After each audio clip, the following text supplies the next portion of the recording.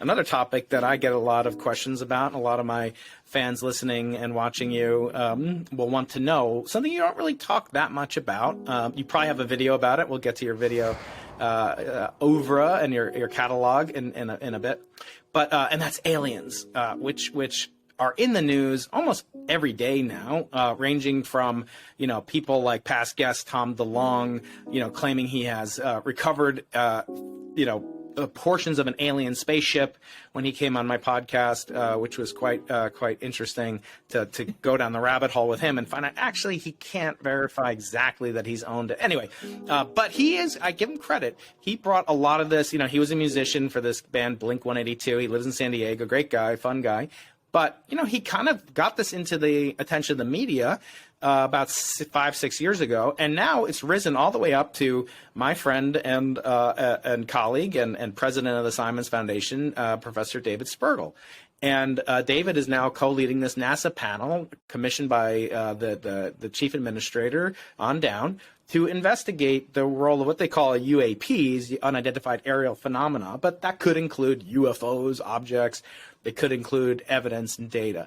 Of course, I've had on Avi Loeb and other people as well. But I haven't asked you about this. Where do you come down? Do you believe that there are credible bits of evidence suggesting that Earth? Well, first of all, that aliens exist, other life forms exist. Let's start there. Do you think life exists outside of the Earth? And is that a scientific question or is it a faith-based question? Well, we don't actually have any evidence that life exists elsewhere. So at this point, I would say it's a faith-based question. So if you want to know what I believe the answer is yes.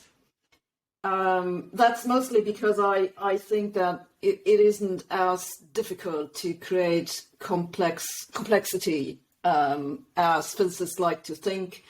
I think physicists have somewhat of a bias that everything is kind of simple, and then they think life is really, really difficult. So it has to be rare in some sense. I think that's not correct, but of course I don't know. Now, if you're asking about any particular type of evidence, right, I have to admit I haven't followed this at all. Personally, I haven't encountered any particularly, convincing evidence, but yeah, I haven't really looked into it. Now, are you in the camp, or perhaps not in the camp, of those like our mutual friend Eric Weinstein, who suggest things such as the fact that we should devote some substantial resources to the investigation of the phenomenon because it might reveal new physics that could then be used to solve many predicaments that we have on Earth, namely, how do we get off the Earth without, as he says, putting chemical oxidants inside of a phallic-shaped tube and shooting it to Mars, as our friend Elon wants to do. But would you say that if we did find evidence of not just alien life like slime mold on Proxima Centauri B, but if we found technological, intelligent life, that would open up a new portal into physics that we would otherwise be ignorant to? Do you think that's even a conceivable prospect for humanity? Well, it's certainly conceivable in the sense that I can imagine it. If the question is how likely is it, I have no idea. I mean, I agree that this is something which we should investigate. Now, if I think what you said was we should invest significant resources. Of course, that brings up the question, like, how significant, right? What amounts are we talking about? And I'm not really in the position to make that kind of judgment. As I said, I haven't really followed it. I would generally agree. Yeah, I mean, it's a really important thing. It's one of those things where the payoff could be so huge that it would be stupid not to look at it, right?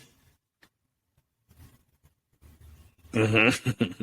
Yeah, I think that's absolutely true as well. And yet, the question of the level of fervor about it is kind of unmatched by the evidence. And I want to run an argument by you that I've used on other scientists that are more involved with this phenomena and even the concept of it.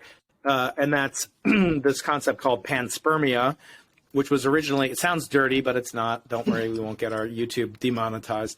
But the concept was that life on Earth, it doesn't solve the origin of life problem, but it solves the origin of life on Earth problem. And that's by these little objects called meteorites. By the way, you can get your own meteorite if you subscribe to my mailing list, briankeating.com/list. And if you subscribe to Sabine's mailing list, maybe she'll send you like a theory, or she'll tell you that you're full of gobbledygook. But you should subscribe to that. Sabine Hassenfelder has a wonderful mailing list. We'll put links to that below. But the theory of panspermia posits that life on Earth originated because objects like these meteorites had chemical life, molecules or precursors to life, or even life itself, and they can survive and they can land on the Earth, and then that causes Darwinian evolution to sprout, right? So that's the theory. But I invert that argument, and I say, if that's true, then we should see life on Europa or on Titan or on some other moon or asteroid or something, because we've had life on Earth for 4 billion years. It only took a couple 100 million years for life to get kicked off, and often Earth gets hit by meteoroids, and those blast off these same chunks of Earth, including life, and they should be floating around the solar system for literally billions of years. And some of them do land on Mars. We know that they've landed on Mars because we have stuff from Mars that landed on Earth. Anyway, Sabine, this is a long-winded question, but do you believe that the lack of evidence of life from Earth on another body in our solar system can provide some Bayesian prior on the existence or the ability for panspermia to take place? In other words, for life to get spread throughout the cosmos as soon as it gets created. Well, of course, in principle, yes, but we don't have a terrible lot of evidence about, microbial life on other planets. Like, we've just about made it to Mars and maybe to the moon, but what do we know about the other planets? And then there's this whole issue about the habitable zone, right? If you're only looking at planets in the habitable zone, then this planet is it, right? So I'm not sure how useful this evidence is. It's certainly evidence, and you should include it into your priors. But it's totally outside my research area.